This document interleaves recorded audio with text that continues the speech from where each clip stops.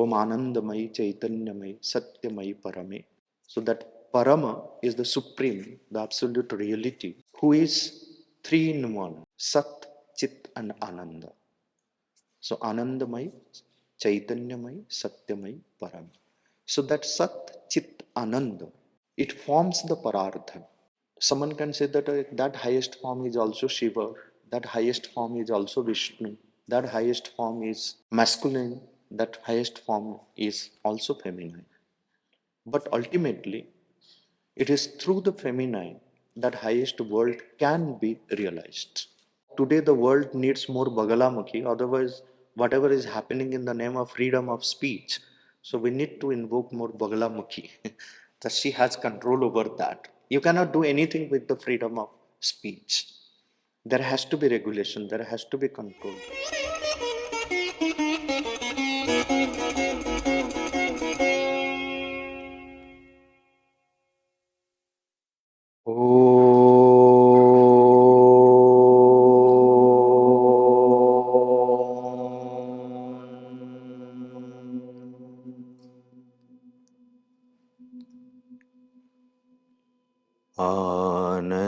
Anandamayi Chaitanyamayi Satyamayi Parame. Anandamayi Chaitanyamayi Satyamayi Parame. Anandamayi Chaitanyamayi Satyamayi Parame. Anandamayi Chaitanyamayi Satyamayi Parame.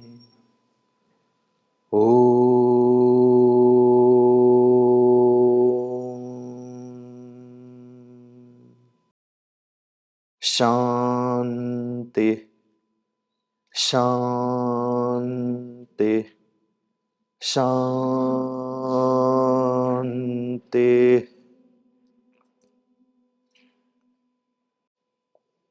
Om Namo Bhagavate. So the topic today is on Dasha Mahavidya, but keeping that, it's a vast topic. We all know it. We can spend our entire life just contemplating on a single aspect of Mahavidya. Though Dasha Mahavidya is 10 great cosmic powers, but the Supreme Divine Mother is not confined to 10. She is Ananta Guna. So there can be hundreds and thousands and infinite forms of her. She can manifest in any form. She is invoked. She can appear in any form. She can work out things for the seekers. In whatever form she is invoked, she is worshipped, she is adored. But the tradition, especially the Tantric tradition, has realized these 10 great forms of her, 10 great powers of her, which she has manifested, and they are directly connected with the principles of creation. And once we understand each Mahavidya, how each Mahavidya is connected with a particular aspect of the creation, then we can link each Mahavidya with the different powers which exist within us. So then it's called Mahavidya because it's actually Brahma Vidya. It is Vidya, Mahavidya, Brahma Vidya, all these are connected. And contemplating on each Mahavidya or knowing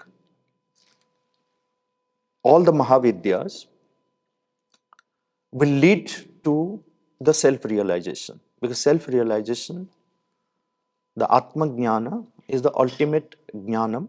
That is why it is called Vidya, Mahavidya.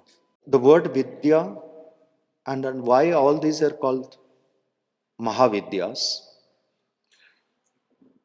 The word Vidya is used in many senses in our tradition. Okay. Vidya is learning. Vidya is knowledge, wisdom. Vidya is also manual, the way of learning. Vidya is also meditative processes. That's also called Vidya. When you come to the Upanishads, you will find a lot of Vidyas.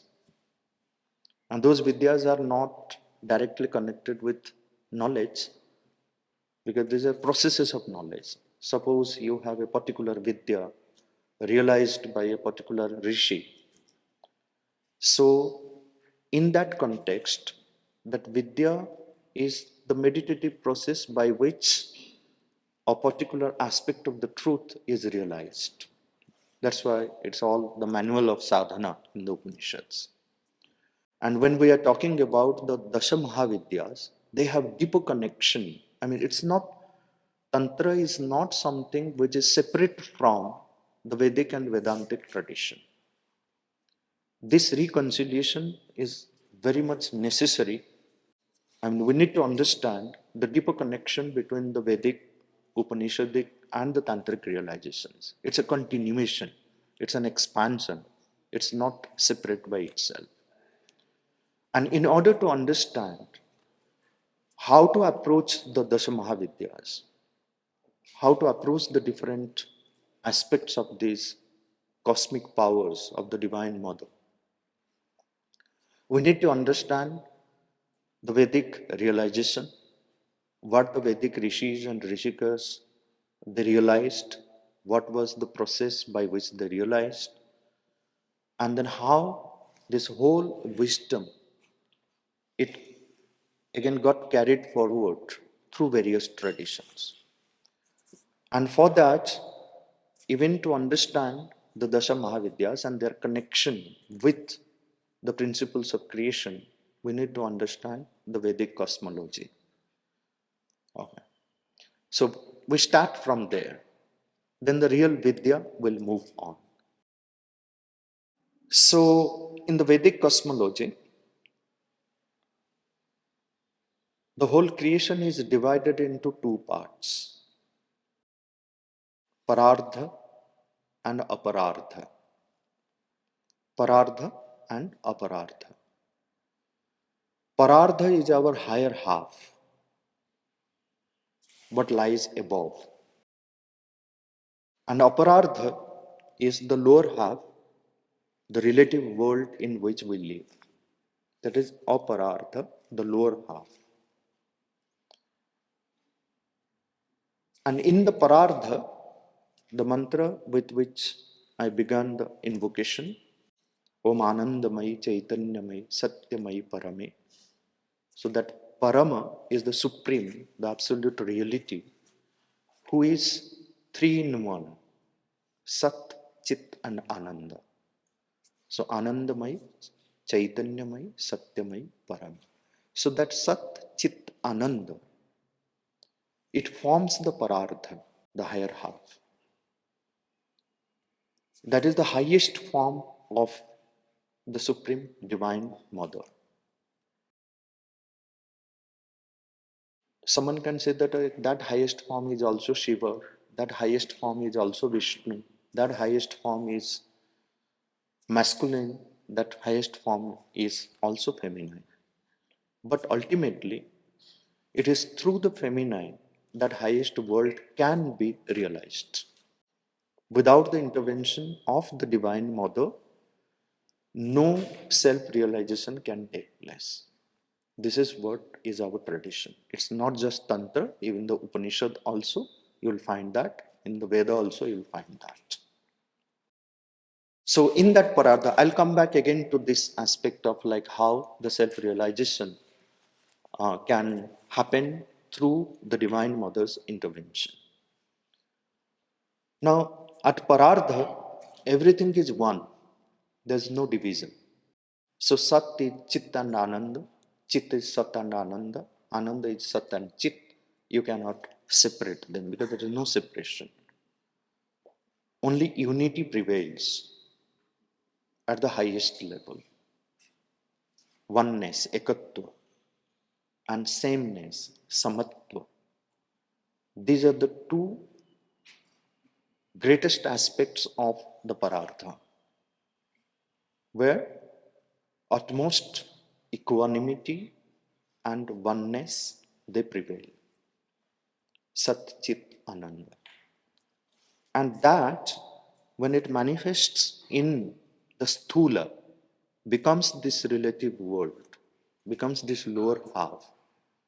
So here, that unity of consciousness descending and becoming the grossmost. So just imagine the subtlemost descending, becoming the grossmost. So at the grossmost level, that unity of consciousness is lost, but not essentially. That essential oneness, it exists, but outwardly, that unity is lost. So only division prevails. So we operate in binaries. We operate in dualities. This or that. Happiness, no happiness. All kinds of dvandvas, they operate at the aparartha level. Because that unity of consciousness is lost at the grossmost level. And this whole process of the one becoming many, the subtlemost descending and becoming the grossmost, where the unity is lost, this whole process is given the name as a nimesha. Nimesha. Nimesha means closing or narrowing, making it finite, like you close your eyes. Nimesha. This is half of the story of the creation. This is called involution. And this is half of the story because now the real story has to begin. Where each one of us, we have to play our role of doing the Unmesha. Unmesha is the whole story of evolution, regaining the lost unity. The unity of consciousness, which is lost, now we need to regain that, and this is the story of evolution. Our evolutionary journey aims at regaining the unity of consciousness. And here, there are many challenges. It's not an easy job to regain the unity of consciousness. If it was easy, then there would not have been any problem in the world. And every human crisis, the root cause of every human crisis is this division. We all live in a divided consciousness. Anytime you just close your eyes and see yourself, but divided in manifold ways. Practically, you think, okay, today Shakti Kumbh is happening, I must go and attend some beautiful sessions happening there. Immediately, you will listen so many other voices. Mind is saying, oh, you have this engagement, that engagement. You can see the division here, how divided we are. And there is a beautiful story, Zen story, which it was a group of foreigners. Foreigners. Uh, so they were the disciples of a master. And they were very curious to know what is the secret of the master's siddhi. What is the secret of the master's siddhi? Siddhi means that his success. So they asked him that please reveal the secret. He said, no, secret is not revealed in public. So we all have to go to a secluded place, and all those who are really curious to know and sincere enough, so I'll take only those disciples, and I'll reveal the secret of my success. So they were very excited, and in a secluded place on a particular appointed time. Now the Guru is revealing the secret. So he said, the secret of my success, my siddhi is this. When I sit, I sit. When I eat, I eat. When I walk, I walk. When I sleep, I sleep. That's all. He said, but how can this be secret? We also do that. The master said, no. When you sit, you have already decided when to get up. So anything that we do, we are not totally into it because of this division, divided consciousness. It doesn't allow us to be focused on one. So that is why much effort goes on becoming free from this division. And what creates this division? First thing is that unity is lost. And when unity is lost, oneness is not there. It is the separative ego sense which plays the maximum role. Our desire driven, egocentric, outer projected self is the main cause of all our problems. So, on the path of sadhana, one needs to become free from this projected, egocentric, desire driven outer self and turn inward to become focused on the real self where unity prevails. That essential unity which is not lost, it is essentially there. It needs to manifest and lead, become the leader. This is where the Gita says, Uddhared Atmana Atmanam, that deliver yourself by yourself. Deliver that outer projected, desire driven self by the inner self, by the power of inner self. This is the work. So, to demolish the ego, by what? The ego will never be demolished. It will always be there. Without ego, nothing will work. It has to be there. But it should not be that outer desire driven, the projected self, which knows only division. And in order to become free from that, the intervention of the Divine Mother is the surest way. The surest way. That's what you read when you turn to Sri Aurobindo, this beautiful book. It will not take more time. You can finish it within 1 hour. Pick up that small book of Sri Aurobindo called The Mother. We have it. Yeah, you all have it. Very nice.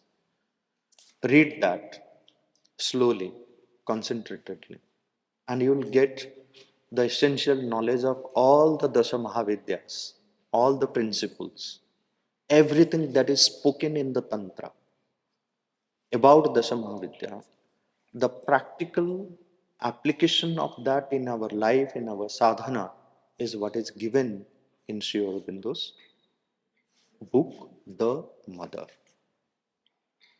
where he says the first thing that we need to do is to become completely free from this desire driven self. By demolishing the ego. And what is the surest way of demolishing the ego? There are various things that we need to take care of it. But ultimate thing what is explained to us by Sri Aurobindo is by giving ourselves completely to the Divine Mother. The surest way is to give ourselves completely to the Divine Mother. Without her intervention, Please remember, nothing will proceed. And this is again, the Veda says that, the Upanishad says that. Let me narrate you this aspect of like why the Divine Mother's intervention is necessary, and then how the self-realization happens only through the Divine Mother's intervention, giving you the Upanishadic reference. I'll then move to the Dasha Mahavidya. Okay. So now I see the play of ego is very well described in one of the principal Upanishads. Upanishads are the texts which contain many esoteric verses, mantras, where one deeply contemplates on the self knowledge. Actually, three aspects which define what Upanishads are. The content of the Upanishad has within it, once you enter into Upanishads, you will find content on self knowledge, on God knowledge, and on world knowledge. And it links everything. Then the Brahma Vidya becomes complete. The same way, the Dasha Mahavidya, the sadhana of Dasha Mahavidya, any Mahavidya you choose Kali, you choose Tara, you choose Bhuvaneshwari, Matangi, Bagalamukhi, any aspect of the Mahavidyas. So, it all is contemplated on these three: self knowledge, God knowledge, and world knowledge. And these three together are called the Mahavidyas or Brahma Vidya. Right? Self knowledge, God knowledge, and world knowledge. Together it's called Brahma Vidya. And that's the content of all the Upanishads. So there are many Upanishads, around 250 Upanishads, which are so far available in published form. So there is one of the principal Upanishads called Kena Upanishad. Kena Upanishad, there is a beautiful legend. Through this legend, the Brahma Vidya is explained. So what is the story there? The legend is that once all the gods, they started boasting of their own powers. So once they had victory over certain adverse forces, and everyone boasted that the victory happened because of me. Agni said, if I was not there, then there would not have been any victory. Indra said that, Vayu said that, Yama said that. All gods, they started boasting. And when they were doing this, in a retreat maybe, post dinner, suddenly they found that a very brilliant, effulgent, some lump of light appearing before them. They couldn't grasp, they couldn't bear what it is. So they decided that let's approach and then find out what is this. So Agni went, and suddenly he hears a voice emerging from that brilliant uh, lump of light, you can say. It has no image, it's just light. So he hears a voice, who are you? Said, I am Agni. uh, what's your power? He said, I can burn the entire creation within no time. So then he finds a single blade of grass in his hand, dry, single blade of grass. Then he hears a voice, okay, now look at the blade of grass on your hand and then burn it.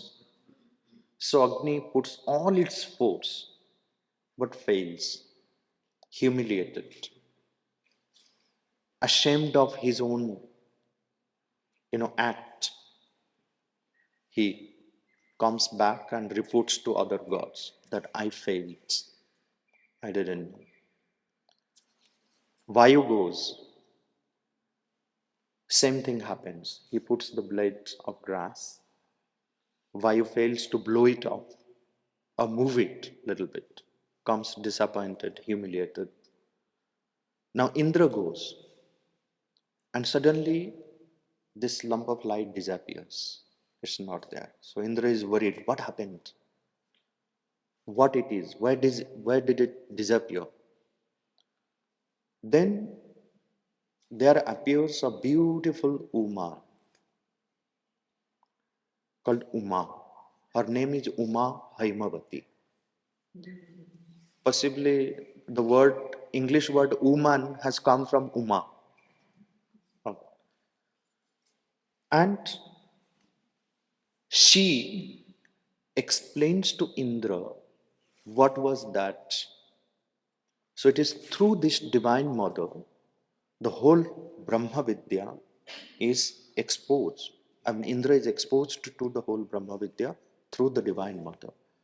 This is the Vedantic understanding that without the intervention of the divine mother, and only she, that's why Sri Aurobindo, whenever sadhaks went to Sri Aurobindo, he directed them that ask the mother, ask the mother.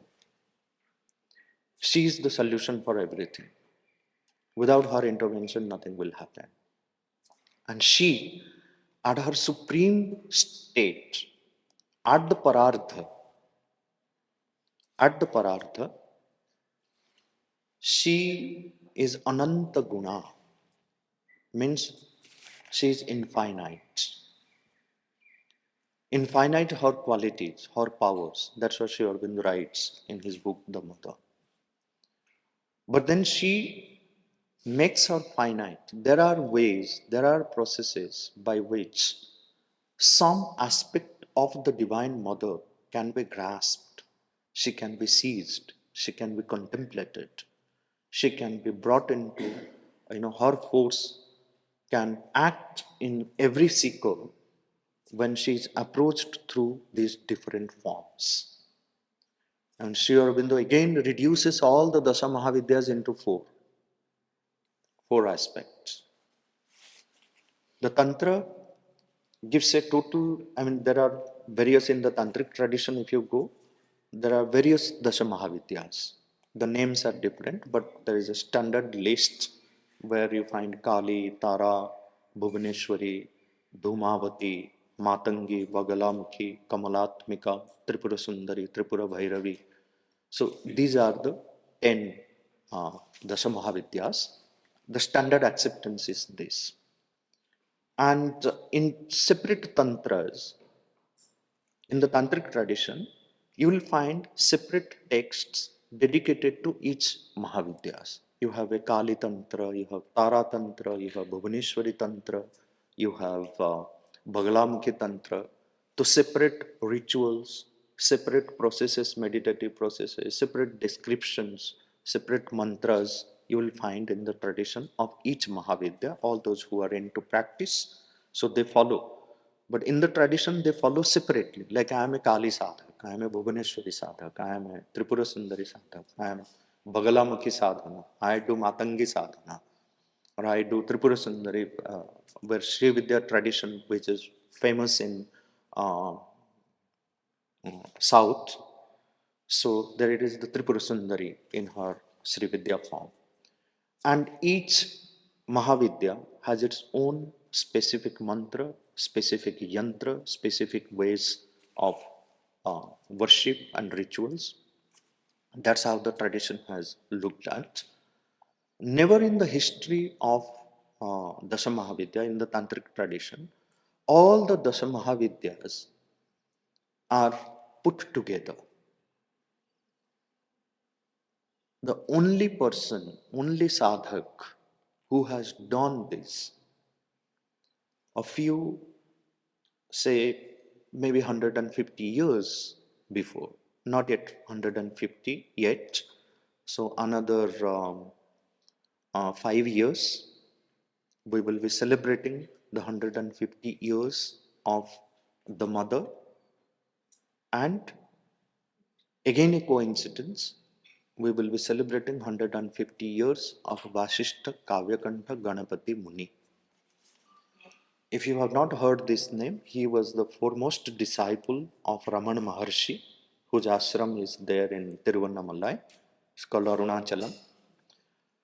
So he, in the whole Vedic, Vedantic and Tantric tradition, he is the only one sadhak, Sri Vidya Upasak, who has reconciled the Veda, Upanishad, the Vedanta and Tantra, and he has written a small text called Dasa Mahavidya Sutrani. Dasa Mahavidya Sutra. They are in sutra form, very compact sentences, where, and this we will again discuss in our later session, elaborately I will explain about it, but very briefly, that all the Dasha Mahavidyas are put together along with their correspondence with the Veda and Vedanta. He also gives a reference to which Veda mantra is meant for which Mahavidya, which Upanishad Vidya is connected with which Mahavidya. This correspondence no one has done so far. It's the only uh, sadhaka who has done this. Now, his name is Vasishtha Kavyakantha Kavyakantha Ganapati Muni. Or you can simply say Ganapati Muni. Yeah. The rest are his epithets. Okay. So you can simply say Ganapati Muni. So Ganapati Muni, he has done this reconciliation in his Dasa Mahavidya Sutra. Now, when we contemplate on the Mahavidyas separately,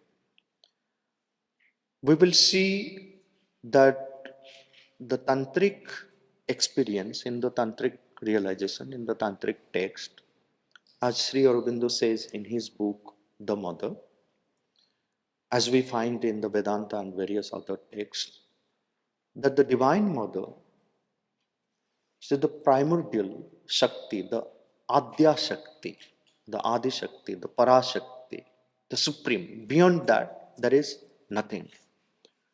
She appears, as Sri Aurobindo again writes in his book, The Mother, she appears in her three different forms. She has the transcendental form. In her transcendental form, there is nothing beyond it. Tantra calls it as Anuttara. Anuttara means there is nothing beyond this transcendental aspect of the Divine Mother. There she is all in all. She is the source of creation, the Adya Shakti. Then, in order to manifest, she appears in her universal form, cosmic form. And then, in the grossmost level, she also appears in her individual forms. So, her individual forms are also many. And it is through the individual forms we, all those who aspire sincerely to realize the Divine Mother, we have to approach the individual forms, and through that we can realize our cosmic and transcendental form and then become one with her. And that's what Sri Aurobindo says, and this is what is the crux of the Mahavidya sadhanas or Shakti sadhana, is that Sri Aurobindo is very clear and very categorically he says that complete demolition of ego or freedom from ego can happen when the sadhak is totally identified with the transcendental form of the Divine Mother. That's the only way. And this is what, again, in the Veda, if you see, Veda says that aparartha has to mingle with parartha. The aparartha cannot remain as aparartha because there is a natural evolution which keeps happening within us. There is a force which forces every one of us to evolve, to come out of it. All those who are sincere, they take the message seriously or they feel that pressure. All those who are not sincere, they just go with the flow and then remain like that. Someday the evolution will happen. That's why Sri Aurobindo speaks of these two different types of evolution. Like one is the nature's evolution, which keeps happening mechanically, and the other way is that where we become conscious and accelerate the process of evolution. Okay. So now parardha and aparardha, they have to become one with each other. The sadhak has to become free from every aspect of limitations. This is where Tantra again focuses. The ultimate vision of Tantra is, if you look at, if you summarize the whole vision of Tantra and then how it has worked out our evolutionary journey. So, Tantra speaks of three aspects of our consciousness, our evolutionary journey. Where we need to move when we talk about the Unmesha, when we talk about our evolutionary journey, where to start and where to end, it speaks of three steps. So, Tantra considers it's based again on the realization that every one of us at our ordinary level are Pashu. Are Pashu. Pashu means animal. Pashu. Yes. At our ordinary level, when we are bound by, when we are limited and narrow by all limitations, all shortcomings, all weaknesses, we all are Pashu. It's not just, like one animal will be called Pashu, but we are also Pashu as long as we are bound by limitations, limited by limitations. Okay. So Pashu means, the word Pashu comes from the root sound Pash. Pash means to fix. Like you say, you have a verbal form, Pashyati. Pashyati means to see. So seeing happens when vision is fixed. Pash. Without the fixing of vision, no seeing will happen. Pasha, another word pasha, comes from the root sound pash. Pasha means a noose by which you bound.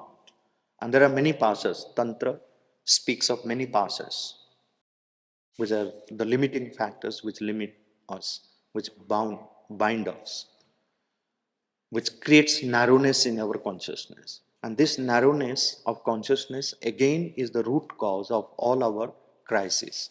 And the Gita speaks of this narrowness as karpanya dosha. Karpanya dosha means miserliness, the narrowness of our consciousness. And if you contemplate on the teachings of the Veda, Vedanta, and the Tantra, you will find that this Karpanya dosha is the root cause of all human problems, all human crises. That is why Tantra says that one has to become free from this Pashutva, from this state of man animal, where only instincts and our impulses, our low vital, limited mind, limited physical being, limited vital being, limited mental being. They create all limitations and problems. So we need to become free from Pashutva by educating ourselves, by expanding our consciousness. And the first step is to become free from all weaknesses and emerge as a hero warrior. That's why, like the mother says, I don't like those children of mine who come and then stand before me and then say, Mother, please excuse me. This is the mistake I did. I'll not do it again. He said, I don't like those children. I like that child of mine who comes and stands before me like a hero warrior, says that, Ma, I am your true child, free from all weaknesses. I am the hero warrior. So that is what is Veeratva, Veera. And we have a prayer, the children sing it every day in the morning, that make me the hero warrior. Okay. So that hero warrior Tantra speaks of as Veera. So from Pashu, we need to rise above by becoming free from all limitations and realize the Viratva, the heroic strength of ours. Heroic strength is that where there is no weakness, where there is no weakness, the pure dynamism, heroic dynamism, that it fears nothing. It fears nothing, like a rishi, like Atharva. Atharva means no one can shake him off. Nothing, no situation. It's like, like when Alexander, he wanted to leave. I mean, when he was leaving Bharat, so he thought, I am the emperor, I have conquered the whole world, but yet I am a failure. Why? He said that, like, I do not understand one thing, this rishis, very weird kind of personalities that, but it is because of them, India is India. So if I can conquer one rishi and then take him along with me, then I am the true world conqueror. So he ordered his officers that go and get one rishi. So they went around and they found that a huge, person sitting immobile. So they ordered him that come. He said, where? He said, our conqueror has ordered, our emperor has ordered, you have to go. He said, I am sitting there for so many thousands of years, maybe. No one has asked me to move. So if your emperor has something to do with me, so let him come. He said, you don't know our emperor, he will, he can kill you, he can destroy. He said, let him kill me. So if he has something, I have nothing to do with him. If he has something to do with me, he has to come to me. So he said it with all politeness, all smile, with all clarity. And now the emperor comes and then says, move. He said, no, I have never moved. Why do you want me to move? He said, if you don't follow my order, he just removed his sword and then said, I'll behead you. He said, behead. Who stops you? I am here at your disposal. So then he left, he threw the sword and then said, what is the fun of killing someone who is ready to be killed? So that's not heroism. So he fell at his feet. He said, I know, like, this is what I have, and no one can conquer. And that is why the India is the land of rishis. And it is those rishis, and when you say rishis, all the rishikas are also included. Because rishi, maximum number of rishis were there with their families. Okay. There are brahmacharis, there are urdhvaretas, there are plenty of very various kinds of rishis. Even the rishi tradition has given respect to an ordinary person. Showing some symptoms of a rishi is also called a janarshi. Janarshi means like a ordinary rishi. So to that extent, the rishi tradition has given respect to each and every human being. So from Pashu, Tantra says that we need to go to become the hero warrior, the Veera. And only then, the path towards becoming the man divine will be cleared. And the ultimate realization, as per the Tantra, is Divya. So our journey is from Pashu to Veera to Divya. From man animal to man human to man divine. And when you see this, the whole process is given in Sri Aurobindo's synthesis of yoga, or Sri Aurobindo's, the principles of integral education or integral yoga is so much in alignment with this, or expansion of this whole idea of Pashu, Veera and Divya. And ultimately, Sri Aurobindo wanted that the divine life has to be established on this earth. And this is where the mother, the divine mother, plays the maximum role.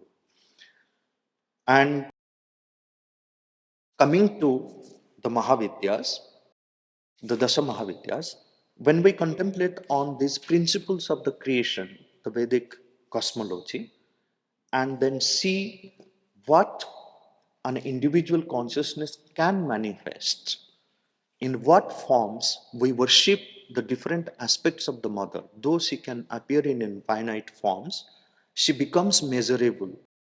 Now, Kali, just to give you a little bit of examples of these Dasa Mahavidyas, the standard acceptance, as I told you, that it is Kali, Tara, Tripura Sundari, Tripura Bhairavi, Dhumavati, Matangi, Bagalamukhi, Kamalatmika. So these are the 10, sorry, Bhubaneswari and Chinnamasta. Bhubaneswari and Chinnamasta.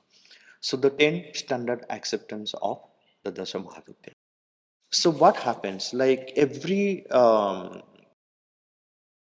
Mahavidya has a particular role to play in the making of this creation. In the making of this creation. And if you look at the Veda, how it describes the creation happened and what was there before creation. So the Veda says, Tama asit, tamasa gudham. It was all dark, darkness clouded by darkness. And that's what you will find in the description of Dhumavati. Dhumavati in the Veda, in the Tantric Mahavidyas. So she is the one who creates this sense of, uh, who makes everything obscure, everything clouded. But she appears in that cloud, in that darkness, as the pure flame. That's why Dhumavati is not all dark. She's smoky. She looks smoking. She looks, but in that obscurity, a similar example also you will get in the Veda that there is a rishi called Dirghatama. Dirghatama means Dirgha is very vast stretch of time, you can say. Tamas means darkness. So that rishi remained in the Garbha, remained in the womb, in that darkness of the womb for a long time. Don't ask scientifically, is it possible, not possible? Is it a spiritual realization? So, in that darkness, so he was in search of that ray of light. And once he saw that ray of light, he manifested in his finite form. That's how he was called the Dirghatama. So that's exactly, you can link it with Dhumavati, that in that obscure, darkness, blinding darkness, darkness covered by darkness, sees that pure flame which is there. Then you have, when the creation happens, Kali is the time, the Kala Shakti. And she is the feminine aspect of a Kala, Mahakala. Kali, no Kala eva Strilingakhya Kali iti uchyate. So it means it's the Kala in its feminine form becomes Kali. And what is Kali? What is time? So time is again connected with our life force, our prana shakti. So it is through the prana we again experience time. And that Akhanda Kala, Akhanda Mahakala becomes the divided Khanda Kala in the process of creation, in the relative world, where you find everywhere Kali dancing. It's Kali's dance, it's the play of time. And it is that play of time which cooks everything. She is the Pachaka Shakti. It is the time, so that's why um, we say even in our ordinary language, time will take care of it. Time will speak of it. She is the Pachaka Shakti. And Kala Kramena, we have this whole idea of Kala Kramena. Your Vidya also will become ripened. Kala Kramena. So in the course of time, because time takes care of it. Kala plays a very important role in our life. And that is what is the sadhana of Kali, where each one focuses on the prana shakti and how it manifests, how it flows, and then how it ripens things. Similarly, Tara, I'm just giving you a few examples. Tara is the feminine aspect of Tara. You know what is Tara? Tara is another name of a Pranava. Pranava of the Upanishad and Om or Udgita of the Veda. So when we talk about the essence of Om, like Om is a sound. Again, the essence of Om is Rik. You can reverse the whole process also. Again, The essence of Rik is Udgita. Udgita is the highest Sama chant. Okay. So again, you can reverse it like the essence of Udgita is Rik and the essence of Rik is Om. Right. And that or Pranava, the Upanishads call that highest form of sound, that Paravak, as Pranava. So that Pranava, where there is no sound, it's all silence. That is Tara, Nishabdam Tat Parabrahma. It is the speechless, it is the soundless. It is just like, like the ocean with no kshobha. It's just there.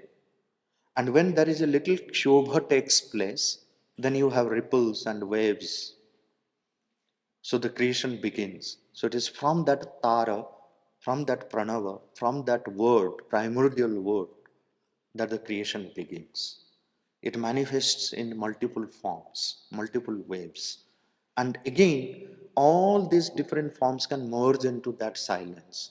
That is why in the Tara sadhana, it is from the sound you enter into silence. That is the power of every mantra.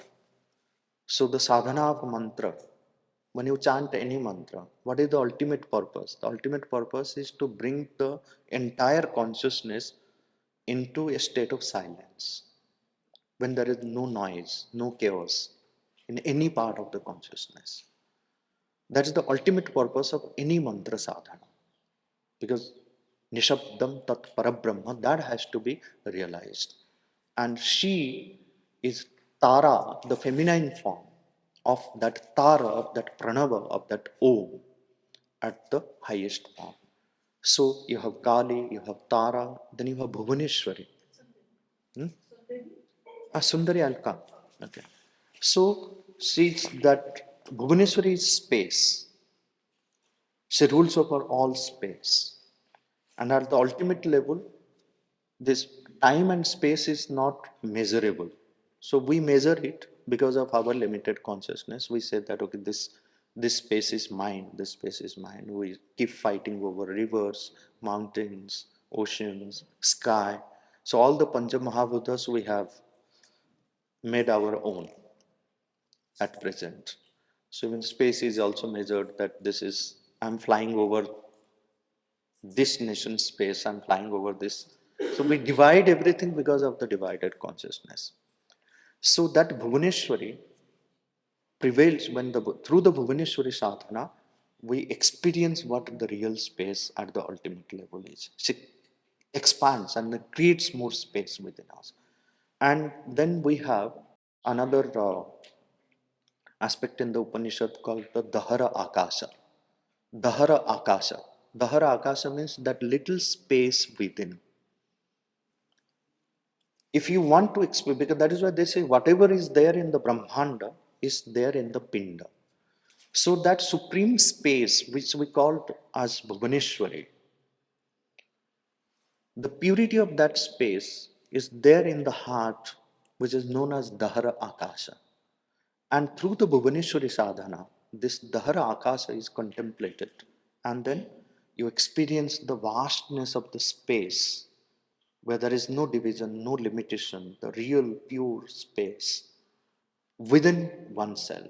So there, that Dahara Akasha becomes identified with the Chidakasha.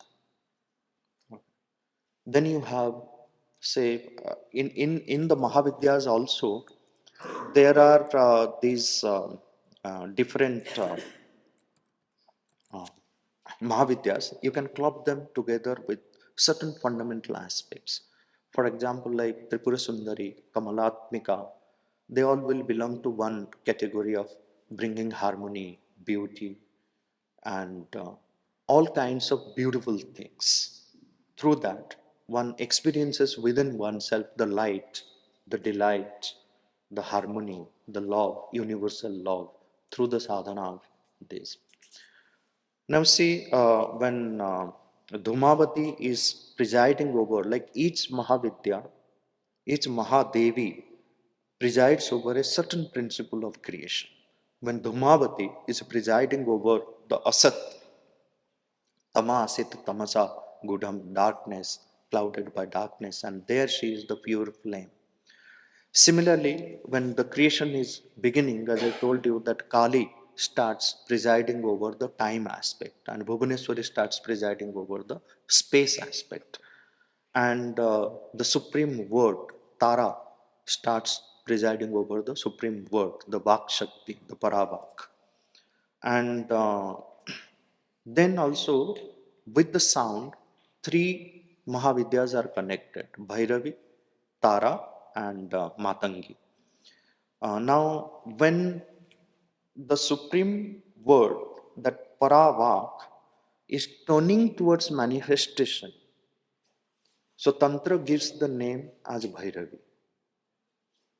Bhairava. Okay. The supreme flaming word turned towards manifestation. Okay. It is not the Paravak, but it is the Paravak turning towards the manifestation is Bhairavi. Then the Pashyanti Vak in the philosophy of language, grammar, the Pashyanti Vak. This is again like the four grades of speech that you find: Para, Pashyanti, Madhyama, and Vaikari. So this is how it descends. That Nishabda Brahma, Paravak, it when it turns towards manifestation, the first stage again is the Pashyanti. Pashyanti means seeing word. What does it mean, seeing word? Seeing word means I like actually with the seeing, with the perception, with perceiving, beholding, the whole creation begins. That's why the every aspect in this creation is called a loka. Loka. So loka is ordinarily translated as world or people. But why the world is called a loka? Why the world is anyone is called a loka? I am also loka, you are loka. It becomes lok in the regional languages. You know, lok kehte hain. Okay. So loka. Loka comes from the root sound luk or lok or luch or loch. So there can be four possibilities. From each you get lochanam, or alochanam, alochana, lokanam, aloka, avalokanam. So all these root sounds, they're connected with sing. Even the English word look comes from lok. Lok is the word, the root sound. So seeing. So what happens, like when the divine desires or wishes to manifest, so once that desire, the primordial desire, the Ichha Shakti has taken place, that yes, I ekoham bahusyam, like I'm alone, let me become many. So there, the next stage is he sees himself or herself, all the possibilities, like all that it can become, in all possible ways that it can unfold itself. So he looks at himself. So that's why the Upanishads say Sah akamayata. The next is tad aikshata. He looked at himself. So that because I'm also, if I'm there, I'm also seen by that. So that's why I'm loka. I'm his perception. I'm his vision. I'm there in his vision. Okay, I'm there in his look. He has looked at me. Okay, so that's why we say in the Mahavidya tradition also, like you find description of that the uh, the Devi looks at you. When the Devi looks at you, then you are graced, you are blessed. Okay. Her drishti is falling on you. जैसे ना आपकी दृष्टि मेरे ऊपर हुआ है. So that drishti is the blessing. So that's how the loka happens. The world happens. The seeing word means like the Pashyanti Vak is that stage where it sees all the different form that it can take place, all the different meanings which it can absorb. Then comes the Madhyama. If you look at the four grades of speech, so Madhyama is that stage where that word uh, gets connected with its own contextual meaning. In a particular meaning, it gets connected with the buddhi, so where it can manifest in a particular sense. Okay. Otherwise, any word can have various senses. Okay. So at Madhyama level, it gets connected with a particular meaning. And then Vaikhari is the expressed word where it gets expressed for the communication purpose or for the practical purpose. So here, when Bhairavi is that supreme word turning towards its manifestation, Tara is Pashyanti, and then the expressed word Vaikhari is represented by Matangi. So that's why all those who are doing Matangi sadhana, so they have a very free flow of speech, very fluent in speech. Okay. Then you have the Tripura Sundari, which presides over all our desires, Kama, the primordial luminous desire, but the pure desire is presided over by Sundari. And then the delightful beauty is well taken care of by Kamalatmika, and Chinnamasta combines light and sound. Chinnamasta combines both light and sound. And then Bagalamukhi, the role of Bagalamukhi here is that it arrests, it controls every free flow of energy.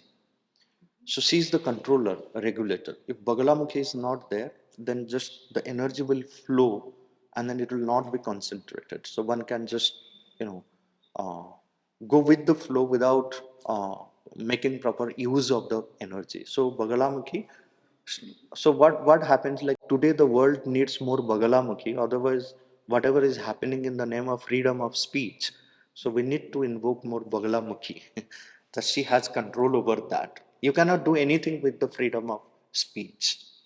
There has to be regulation, there has to be control, there has to be a controlled flow of energy in whatever form.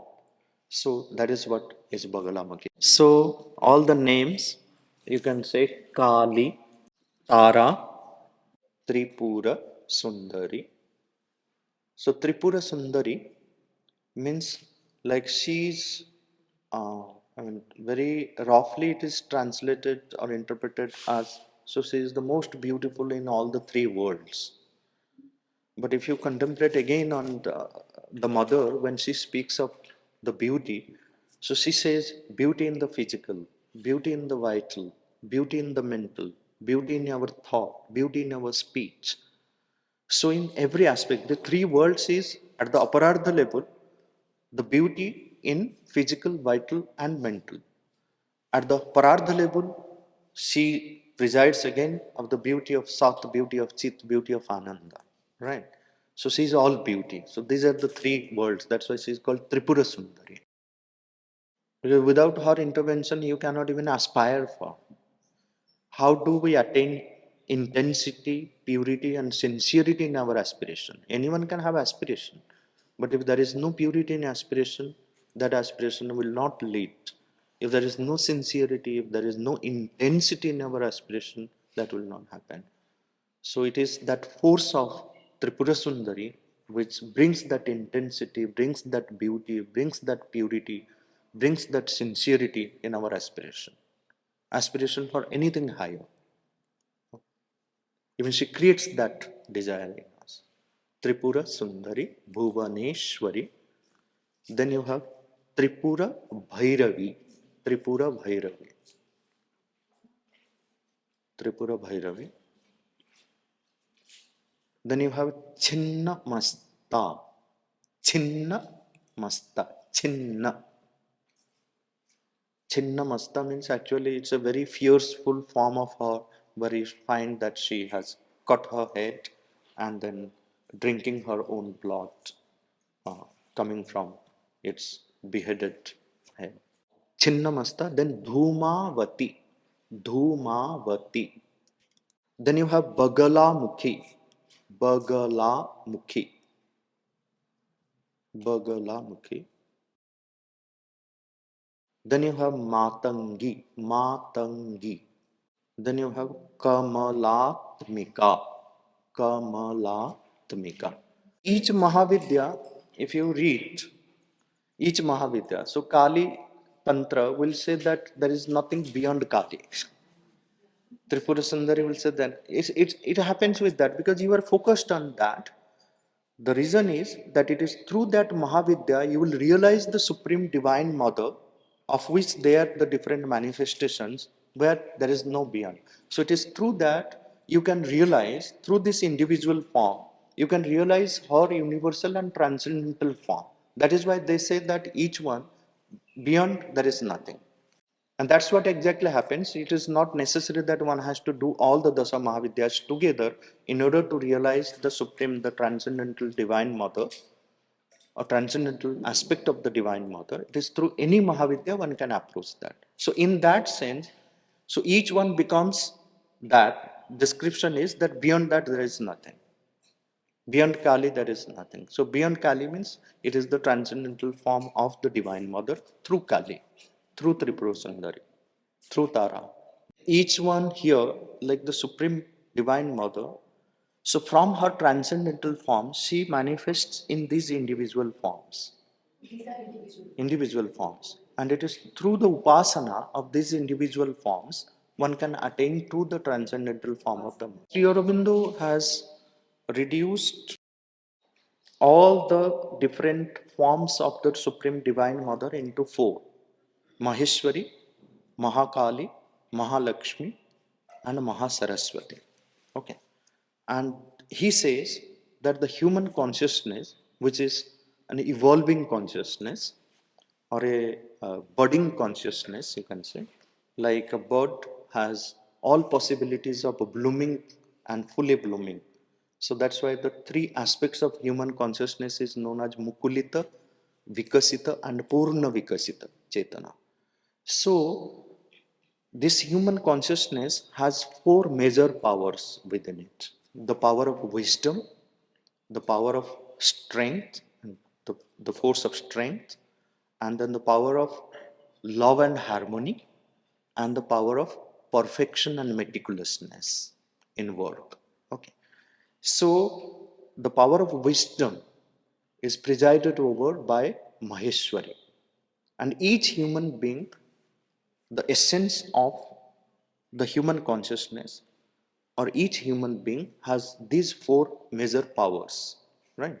So power of wisdom presided over by Maheshwari, the power of strength presided over by Mahakali, and the power of love and harmony presided over by Mahalakshmi, and the power of meticulousness and perfection presided over by Mahasaraswati. Okay.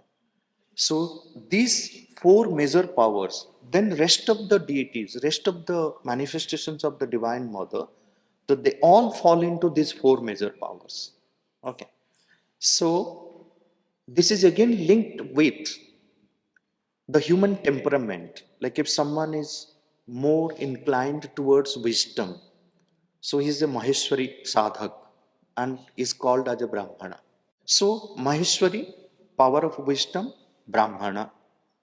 Mahakali, power of strength, Shatra Shakti.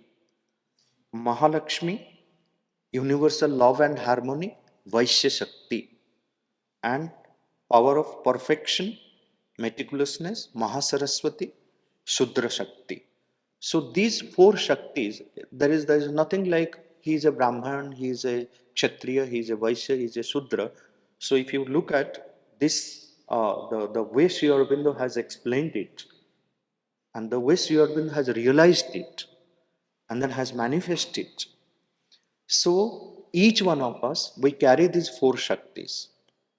And each one of us can raise ourselves to become a complete Brahmin, complete Kshatriya, complete Vaishya, complete Shudra at the same time. And when one has done that, he is called an integral person. So an integral personality, it Purnanga Manushya, Purnanga Nara. So he is the one who has manifested these four powers completely. And suppose my predominant inclination is towards wisdom. So there is a Brahmin temperament in me.